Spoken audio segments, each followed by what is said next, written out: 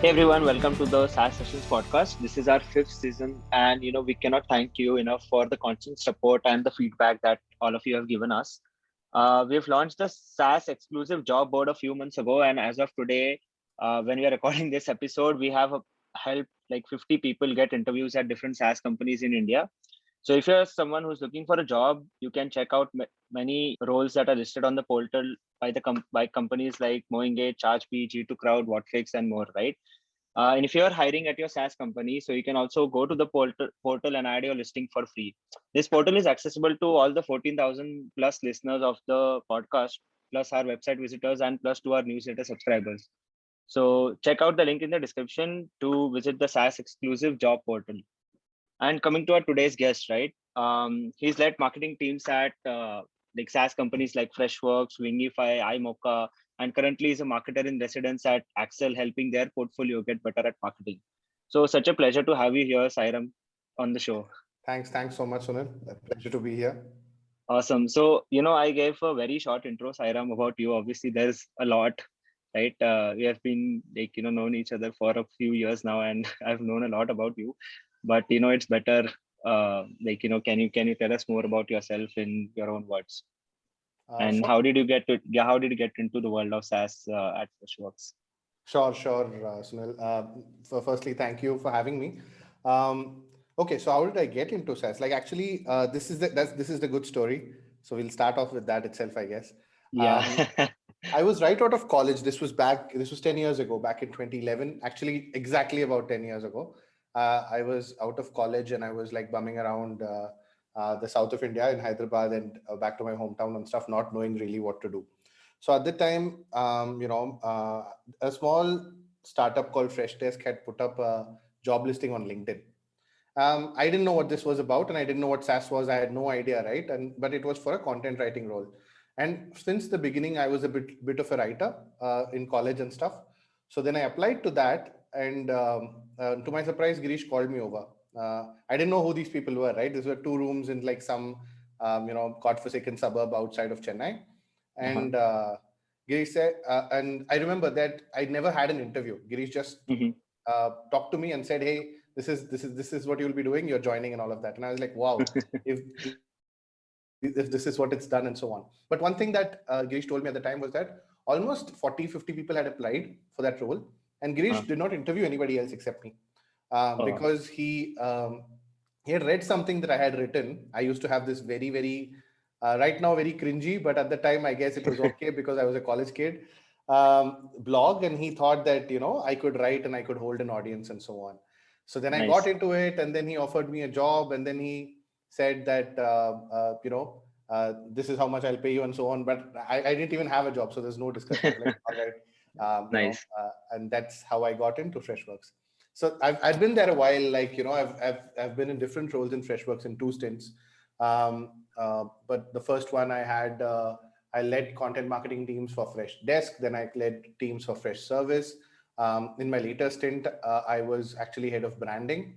I executed the Salesforce campaign, and so that was all the fun stuff that came later. But earlier, I worked in 2 specific products, which are still the big money spinners for us. Used to be, at least, Freshdesk and Freshservice. So I've worked on that, and then I was also in between. I also had a 2-year stint at Wingify, India's SaaS bootstrapped showcase company. So I was in Pune at the time, and I led a very successful product team for the second product of Wingify's, and that lasted about a couple of years. But after which I came back to Freshworks to lead the branding team. Nice. That's a very interesting journey. And how talk about the vision that Girish saw in you. I mean, that's such a visionary thing to do. Like, just write through your writing. I think he identified that there is some way, or you have this knack for storytelling, and 10 years later you are doing the same. Yeah. So I think that's a truly nice thing. He was always good at this, Sunil, and this is the important thing. It was not just about me and seeing writing. He was not just good at finding out this specific marketing stuff. Like, he was good at everything. Like, he could find talent in almost, like, even when you Mhm. Even Yeah, today, when you that's look at Freshworks, right, like a lot of talent that you see is not the talent that, any other company would pick up, right? yeah, We don't have at least at the time, like we did not have a lot of the IIT pedigrees that, you have, but we were kick-ass engineers and, really right. good product teams and so on. I think it was not just me, but I think it's something that is natural to him and the company Right. now because it's Yeah, systematized. that's really interesting, right?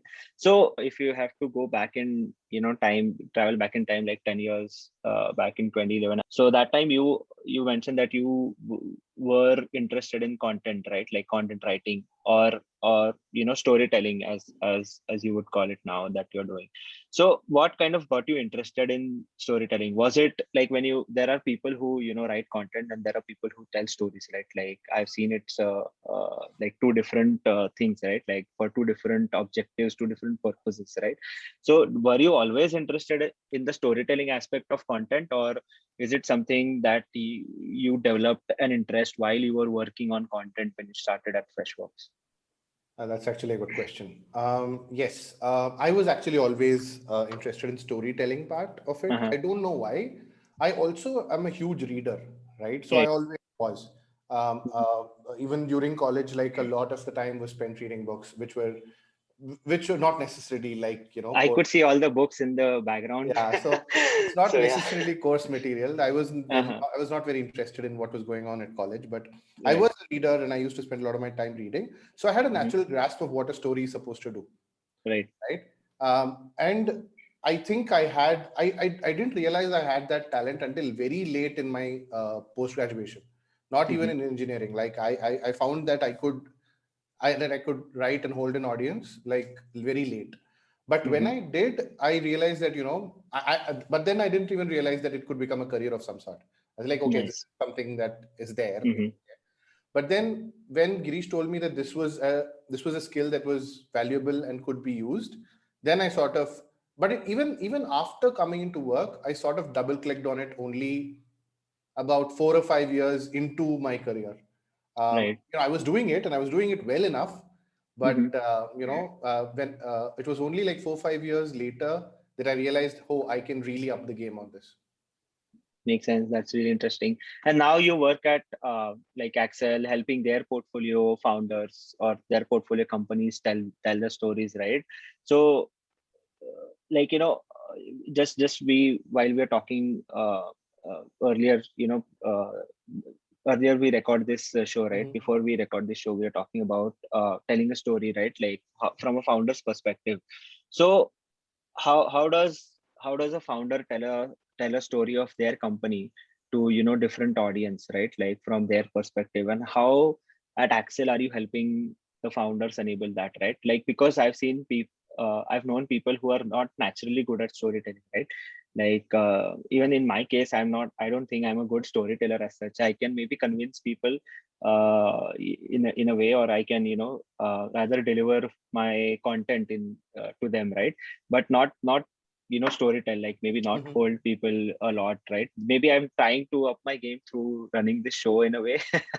Right? Maybe I've become a 10% better storyteller 2 years back when I started this podcast as compared to now. And right, so how do you help founders, right, in such a case, like and tell different stories to different audiences, right? Like maybe the investors, maybe the first few people that they're hiring, or maybe even to their co-founders, right? In some cases it's just the ideation stage and you need to tell a story to your co-founder so that they come on board and so on. Right. All right. That's actually a good question. I see you've read something that I've written. That's why you're asking this. Anyway, so I'll answer this. I'll invert the questions. So at Axel, part of my role is yes, talking to founders and uh, Mhm. when they need help, not Right. necessarily all the time, but when we have early stage founders who are trying to like solve specific problems. But I also like lead a lot of the content and brand initiatives for Accel itself, right? Right. So those are like the two parts of my job here at Accel. But here's how we think about founders, right? For example, I'll tell you, I'll try to like say this with an example. So yesterday I had a call with a founder, not an Accel founder, but a founder who was actually asking me a question about how do I hire X, kinds of marketers for my startup. Right. So the first thing that I asked him was like, what are you pitching them, right? What are you telling them, and so on. So the founder gave me an excellent pitch, like a brilliant pitch on the market size, what the company was going out to do, what the company was interested in, what is the larger view, what are the competitors across the world, what are the options for them when they grow, and all of that. And I was like, great, this is brilliant, but what are you telling the marketer that you're trying to hire? And he said, I'm telling them the same thing, Same right? thing, huh? Yeah, and that's when I was able to tell him, and that's when he also realized that what he now just said is extremely Hmm. interesting to an investor, Right. is extremely interesting to a co-founder, right? Yeah. Is extremely important to senior executives of the organization, Right. right? This is what they have come on board for. They know the challenges. They are interested in the industry. Hmm. They're going to take a market, and they're trying to build a business. Right. If you go and say that to a very junior employee who is just trying to join, for example, an SEO person, right? An SEO Hmm. person has a tremendous amount of roles and responsibilities and a knowledge that comes from working on SEO for a while, right? If you go and tell this same story to a very early employee, Hmm. right, who you're not, how do I put it, who is not going to be among the executives, who is not going to be among the decision makers, but is one of the executioners, right? Right. You go and tell the same story to them, it won't fly, because Hmm. what's in it for this person, Yeah. right, isn't very clear. Makes What's sense. in it for the investor, you've made that very clear. But what's in it for a very early stage employee, you haven't made that very clear. So one of the things that I keep trying to convince founders of is the fact that, hey, your stories, great, Hmm. right? But you have to understand which story is for what, right? Got Your it. investors are interested in you because you have something else. Your Hmm. employees or prospective employees are interested in you because you have something to offer them that's completely different from what you're just talking, right? Hmm. And then there is a different set of audience that may be your customers, right? They're not Hmm. interested in your market potential and your TAM or anything. They're Hmm. interested in whether you'll solve a problem for them, right? Yeah. So these three are completely different stories. So Hmm. one of the ways in which I try to, this is just one part of it, but one of the Hmm. ways, one of the things which we try to convey, not just me, but it actually try to convey, is that each of these is a separate thing, right? Right. And a founder needs to be able to tell these stories to the audience that it's meant for. Makes sense. I think that's really interesting, and the place that you mentioned that where I picked it up from is the newsletter itself that you're writing. Correct. So can you tell us the you started a recent series on the super cool startup, right? Right. So can you tell us more on the idea behind that series, and what kind of intrigued you to write about this particular series in the newsletter? Sure, yeah. So I started writing the newsletter around March or April, I don't remember, last year, right? Uh-huh. Just when we went into lockdown.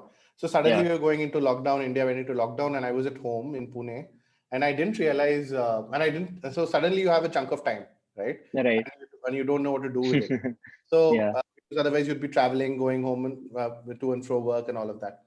So one thing I immediately did was, okay, so what have I not been doing for a long while? I've been wanting to start something.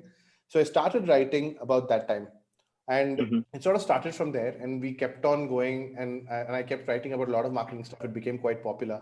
It's now read by most of the founders that in the ecosystem. It's called the CMO Nice. Journal. Uh, Yeah. yeah, and it's I gather we'll probably have a link to it, Yeah. and all of That's that. true. But so here's the thing. About mid last year, I wrote Hmm. this essay called, How to Be a Super Cool Startup, right? And the premise was very simple, right? I had this idea that a large number of American, especially startups, Hmm. SaaS and otherwise, were using a lot of very cool tactics to make their product and their startup look immensely superior, right? Hmm. And I'm talking about products like Notion, I'm talking about products like Figma, like Right. Canva, and all of that, right? And a lot of their growth was coming from this idea of them being really cool, right? and really disruptive, right? And this was the narrative that they were able to foist onto people, and people were responding to it. And my idea was that, hey, why can't we do that in India, right? So that was what the genesis of the of the essay was from. And once I wrote it with a few examples, it really started off a conversation, right? Right. Late last year, somebody reached out to me and said, "Hey, Sai, you wrote this essay, right? Uh-huh. Can we now see if there are any Indian startups doing it, right?" Yeah, exactly. That was, a question I also had in mind. Yeah. Great.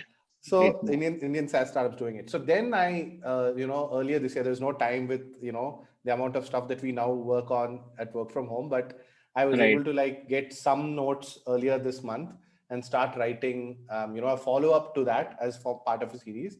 I'm now trying to cover like, what are these tactics that I once said that we were not doing well, right? Right. Are we doing these tactics well, and who among us are doing it well? So I covered Right. like a few SaaS startups who are doing it well, like Rocket Lane and this company called Reslash. I think Right. SuperOps also does it well. I probably will write about them. So yeah, Nice. so I've started writing about them. That's really interesting. But in like you mentioned that there not many companies in India are doing it, right? And that there are a few who are doing it, Mm-hmm. but there are a lot who are. I would assume that more than 90% are not, right? So then, according to you, what um what obstacles do you think that these companies might have, right? Like what challenges these companies might be facing, which is stopping them Right.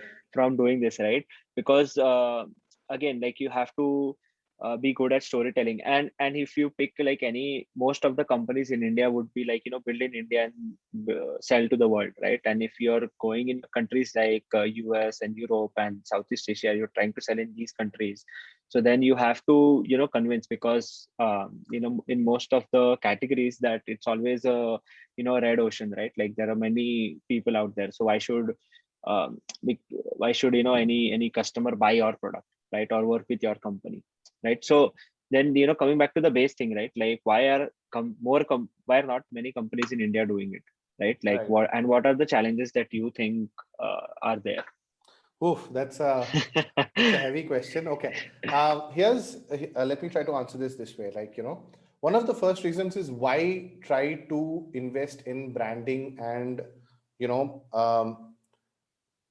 not just branding, but this idea of being cool at all, right? Why Right. this idea, like super cool, the idea is a gimmick, right? The title Right. is just a gimmick. I just want people to invest in branding. That's basically Yeah. what I'm trying to do, what I'm trying to say, and they should invest in branding in a very smart way, is what I'm trying to tell them.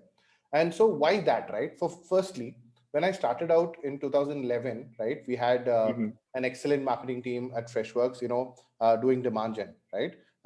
Under Shrilesh Pillai. He's now the GM, General Manager of Freshworks Australia. So he, I remember, talking to him at the time, and and then in comparison with now how difficult SEM is, right? Hmm. In the early 2010s at least, right? It was slightly easier. What Right. I mean is that the spaces weren't so crowded. Right now, every category in SaaS is crowded. And if you want to run SEM campaigns, if you want to like write good SEO pages and get your page up, all of this is becoming more and more difficult to do, right? Hmm. So, and you know this, like you are in marketing, like almost all marketing, not the head of, Yeah. right? It is extremely difficult to, to be discovered. Acquisition is extremely difficult. And how do you reduce the cost of customer acquisition, right? It's simple, right? It's that's the marketing question, right? How do you reduce the cost of acquisition? The only way that you can do it is by not playing that game, by playing a Right. different game, by playing a game that US startups like Drift and Intercom used to play, right? Hmm. Go out of that and become a completely different thing. Tell a great story, produce great content, get in front of your customers' eyes without paying for it. Basically, make Right. them want to come to you, right? Makes This sense. was the genesis of why this was, why I thought this is important and we should be investing in it. Now to the next part of the question, right? Hmm. Why do we in India not understand it or not do it? I think it's partly inertia, right? Hmm. Partly because for at least 5 or 6 or 7 years, whatever we were doing was working, right? Mm-hmm. We had a significant cost arbitrage in terms of marketers and engineers, right? Right. So for example, if you are hiring one marketer, right, Right. in the US, you can hire 5 of them in India, and Yeah. these 5 can produce a lot more stuff, which was sort of our SEO game, right? Because if we can just Right. produce more SEO stuff, we'll generally be good, right? Mm-hmm. This was one of the things that we're doing, but right, these days that's not possible, as you know. Like, people are giving away bikes for like hiring. Yeah. The cost arbitrage that we had is rapidly going away, especially in engineering, but even more so in marketing, right? Yeah. And we know this, again, like marketers are listening to this, so they'll know.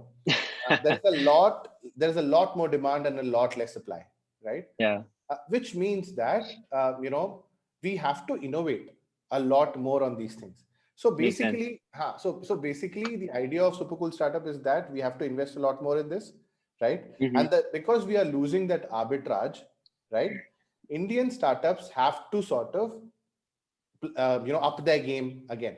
One Mm. is inertia, because 5 to 7 years we did not do, we did not need to do this, right? But now, because salaries are catching up, everything is catching up, Yeah. we need to do it again. We are on par with the US, right? Almost. Right. So which means we Yeah. need to get much smarter about marketing and, do this. So basically, that's one part of it. But there are several other Yeah. angles to it. The other part of it, if I want, if I is that our CEOs generally tend to be engineering and product-led CEOs, Mm-hmm. right? Our founders tend to be mostly engineers and product-led CEOs. There are very few companies who have a CMO in their founding teams, Mm-hmm. right? Got it. And that tends to have a huge problem in that people think that we'll figure out the product, figure out PMF, and then we'll do marketing. Yeah. Problem is, by that time, in this time and age, you have lost at least 1 year of like significant marketing time, right? Yeah. Makes sense. And then when you go to market, you're going to struggle. So that these are all the things that sort of went into me, figuring this out. No, that's really interesting. And I think, as you correctly mentioned, right, like the wave of develop firstly the developers, right, and the wave of product builders, then there was a wave of growth people, right, which is currently I think we are a part of, right, like marketing and growth, Yes. which you mentioned is we have caught up the US onto it. And I think the next wave would like one or two waves which I see, right, like one is definitely for some a role which is product marketing, right, like which is very fought upon on what are the exact roles and responsibilities of a product marketer in a SaaS company, right? Like each company will have their own definition Correct. on how they're built. So that's a different Very true. topic for altogether. But then other is like branding, right? Like product marketing, and then is something that in the past 2-3 years I think many companies have started focusing, right? Like in India, and now I think like branding is one game which a lot of at least SaaS companies should catch up on, right? Like because all the B2C businesses are doing great on branding, right? Like as you mentioned, they are being cool, right? Like you have also written about cred in a way, and there are a bunch of other B2C brands like Sleepy Owl or Rage or whatever. So all these B2C or D2C brands are doing the branding game correctly. But then I think SaaS companies should also catch on to the train and do it. But it's just I think it's not a matter of if that will happen, it's just a matter of when it will happen, maybe like 3 to 5 years down the line. But then what sort of things do you think inside the market, right, in the people, right, like we talked about the founders perspective, right, like they're not focused, or they first build the product and then they'll test it and then they'll market it, right? But in terms of the skill set or the talent that is available in the market, do you think that there is a shortage of like talent, or there is a shortage of skills that are that people have, that they cannot, that there are not enough branding people out there, right? At least in B2B SaaS or just SaaS ecosystem, right? Like because there are branding people who are working on these crazy campaigns at all the B2C startups, but why can't they, you can pick those people up and, let them into SaaS, open the SaaS doors for them, and they can come in SaaS and, disrupt this ecosystem, right? Like from maybe, if it would have been happen in 5 years, if they come in, and it'll maybe happen in 2-3 years. right? Like, Right. so what do you think will be the catalyst according to you? Will it be like the like SaaS companies hiring B2C people and allowing them to lead their brand efforts, or will it be like allowing more and more founders, or will it be like the VC firms or the investors pushing their founders to play the branding game from the very start, or like or will it be something else? If you have Right. to pick like one or two. No, right. Again, great question. So, firstly, let's start with cred, right? And we have to like establish this very clearly. What worked for a B2C company may not necessarily work for a B2B company, Yeah, that is right? that. Yeah. And especially because cred is making like a how do I put it? Cred is making a statement, Right. right? And that statement is a broad statement. Again, the B2C versus B2B thing, they are completely okay with like a message that's slightly more broader and it can go to almost anybody. B2B branding doesn't necessarily have to be like that. Like, especially also because we sell only to a specific niche and we know who we are selling to and we're very clear that this is the person we are selling to. So, But incidentally, if I want to break you here, cred also, like though their target market in India is very huge and hence it's B2C. But if I want to compare it to a B2B, right? Like let's say any tool like Figma, right? Like I want to target designers, yes, like mhm, product designers or product managers, right? mhm, Two personas. Now in cred also will if you have to talk about their persona, they're targeting people who have credit cards. That's one. correct. Obviously there are like a lot of them, like 27 million or 30 million people in India, and there is another like filter there that they should have their CIBIL score above 700 or 800, something Mhm. like. So again, their target persona is in a way also defined, though as you rightly mentioned, it's broad, but in a way it's defined. If you Right. pick that, if you think about Figma in that case, right, like they're targeting product designers, product managers, two persona. But again, if you see that how many product designers and how many product managers are there in the world, right, like because that's their targeting, right, like they're not restricting anyone to sign up from. But if Again, you yeah. if you think that way, again, it's a huge number as compared to the 27-30 million people having a credit card and CIBIL score above 700 in India for credit. Right. So there is one heuristic that you're missing out on, Sunil, Uh-huh. is that you're right. You're absolutely right. There's just one little thing in Yeah. that when you're selling from B2C and B2B, and when you had the set of things that with people with CIBIL scores above this, and this, Hmm. people with credit cards, this, and this, and so on. Remember that this is still a fragmented market, right? Yeah. How many people with you need people to come and sign up on their own, right? Hmm. You can't go and find these people and target them.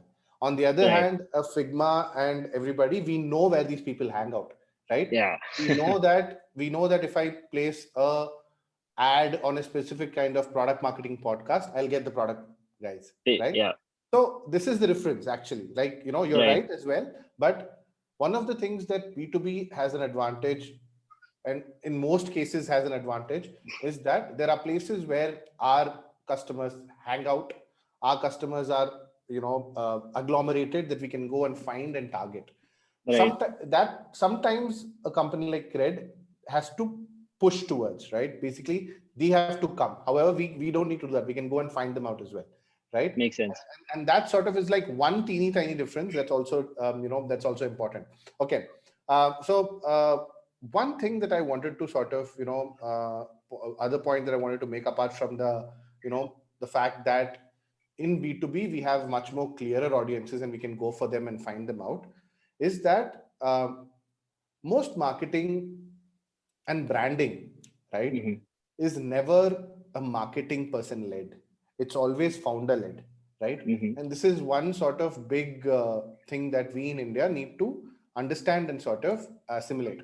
By Got what it. I mean is that, see, we were talking about a lot of like, hey, what are we missing out on, if and what can we do if we get a branding person on board, right? Hmm. A branding person can only do so much Got it. if the CEO is not convinced of the value and what marketing can provide.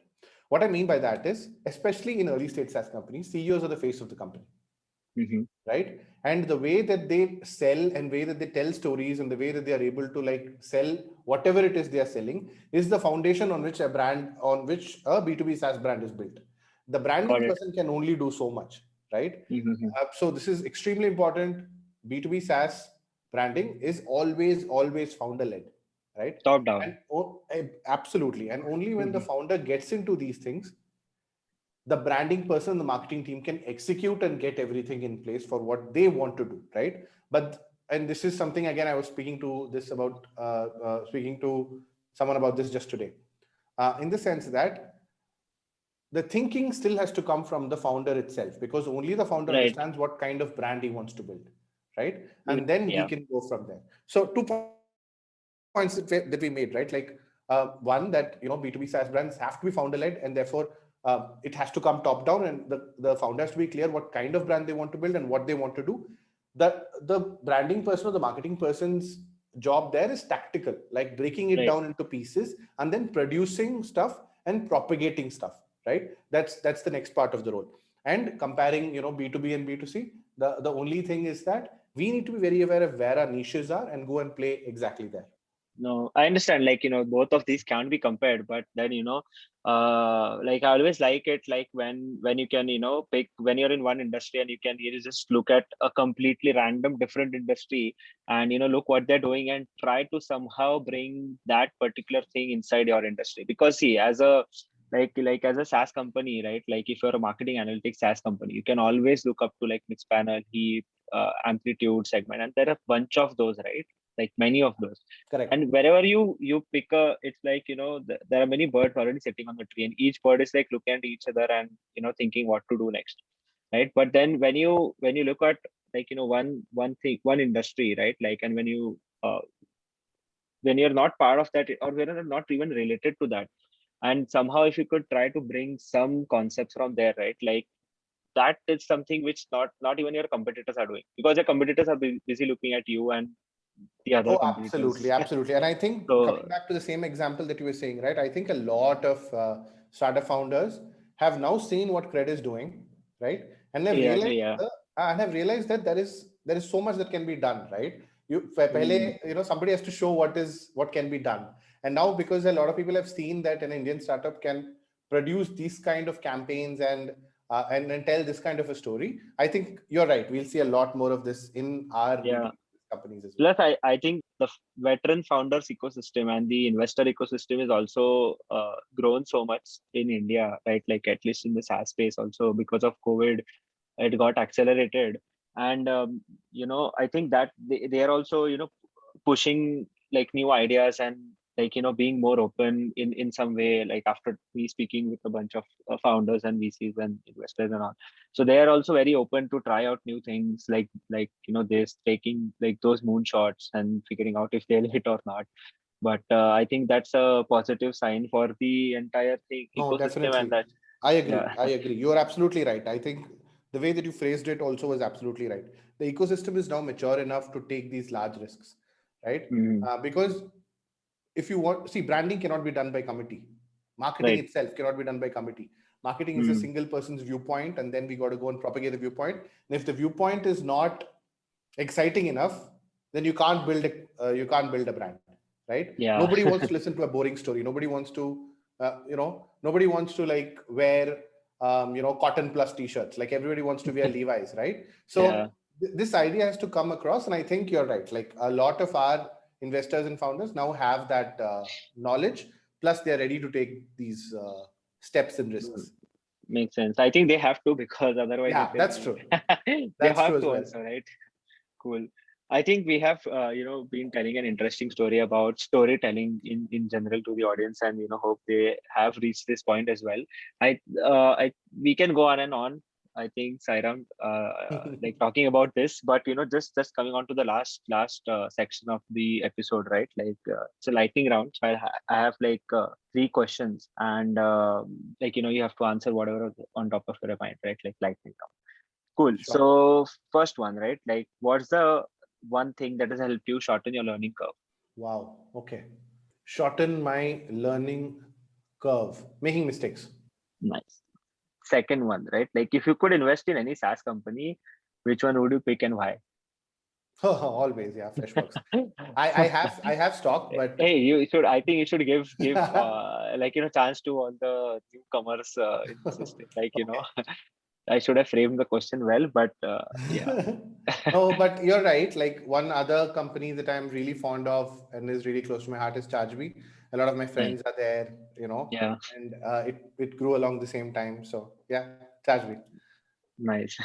Interesting. And then the last one, like, so who is someone that kind of still inspires you from the ecosystem in India? Okay, so there are a couple of people, right? Mhm. One is, of course, my former boss, right? The person who hired me, gave me my career, right? Girish. Yeah. But the reason is not as straightforward as you might think. The Mhm. reason is that I see him um, almost like evolve, right? Right. When we started out, we were a very small company and we were just like trying to do stuff. The roles that he played, right, Mhm. then, and the role that he's playing now are extremely different roles. And to think that the same person just over a period of 10 years can Right. evolve from a small company CEO to somebody Right. who's going to take the company IPO, right, is Mhm. a dramatic learning curve, right? And only a extremely brilliant and driven person can do it, right? Mhm. Makes So sense. many CEOs who, who fall along the wayside, are not able to take this is not to diss on them, right? It's Right. just that I'm explaining that how difficult a job it is, right? Yeah. Being the founder CEO is an extremely difficult job. I've seen it, so I know how difficult it is. Yeah. And I uh, think I've read the story from what he was telling somewhere where, how he had the idea of building Fresh Desk was he was traveling somewhere and he had lost his luggage or something yes, happened with the luggage, and he was trying to get in touch with the airlines or someone for some support, and the support system that, they had was very broken. correct. So And that's where it started. from there to IPO, I think it's a very, Exactly. like, But and that's what I'm saying, right? yeah, You don't it just doesn't happen all on its own, right? yeah. A company is built by a lot of time and energy and a lot of decisions being made. And Hmm. the way that he has evolved from, somebody who was just a great boss, right? Right. Uh, and to whom everybody followed, to now he is now a businessman, right, who understands and is able to like look at markets and take decisions based on that, right? Right. And to come from that to this, right, Hmm. is an extreme, and he inspires me in almost every way. Like, just the sheer growth of the personality and the knowledge of the person is immense, right? Got it. I That's think what, he's an inspiration for all of us, yeah, yeah, and yeah, yeah. And like also because, he. like, for me, because I've seen him at close quarters, right? I've Mm, seen the change in the person. He's always like a happy, boisterous person, but he remained that for over all of that time. And even keeping that same thing, he's also gotten a bit of an instinct, a bit of a killer business instinct also is yeah, now part of the man. And I think nice. that, that evolution is an inspiration. Oh, very interesting. I think that's the cue for us for this episode. Thanks a lot, Sairam, for taking time and sharing all these great stories on the show. Right, like there is definitely a learning curve for everyone who listen. At least there was a lot of those for me, and great points that you had mentioned on Thank you so across. much. Thank you so much for having me, Sunil. Glad to do this. We've been wanting to do this for a while, so glad to. Yeah, finally we did it. Yep, yep. Thank you so much.